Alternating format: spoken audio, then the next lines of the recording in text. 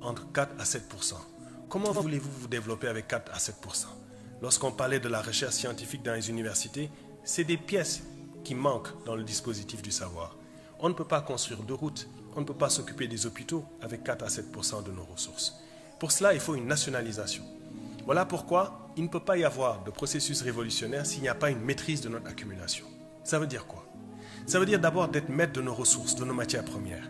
Ça veut dire la capacité de les garder dans le sol, de les exploiter, de les vendre à qui on veut. Cette capacité, les pays africains l'ont perdue.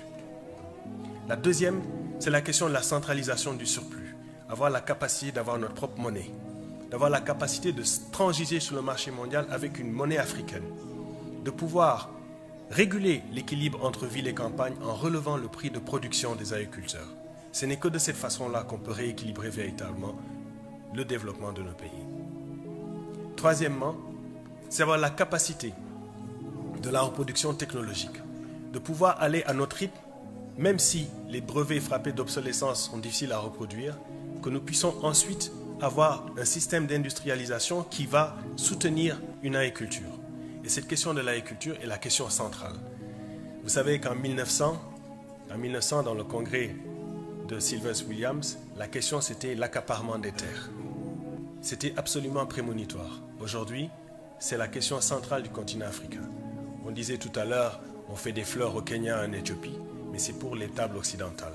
On ne peut pas manger de fleurs. En réalité, c'est ce système de monoculture qui détruit notre agriculture.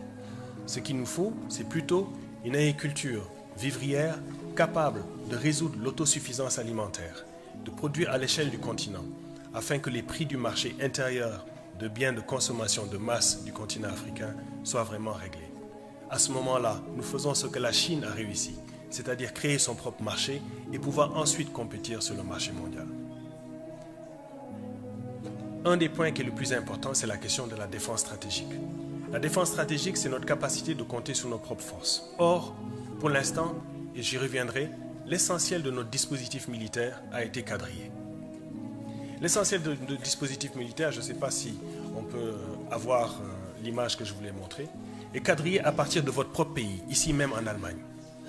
Les représentants du Burkina Faso, Compaoré, même le président Zida, qui est devenu Premier ministre, étaient responsables de l'Africom, une base qui est ici même, dans votre pays, à Stuttgart, qui est le dispositif américain qui coordonne tout le système de recolonisation militaire du continent africain, que vous savez peut-être confusément.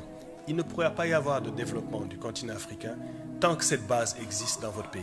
Parce que c'est ici, dans ce pays, que le continent africain a été divisé. Et nous ne laisserons pas ce pays recoloniser le continent.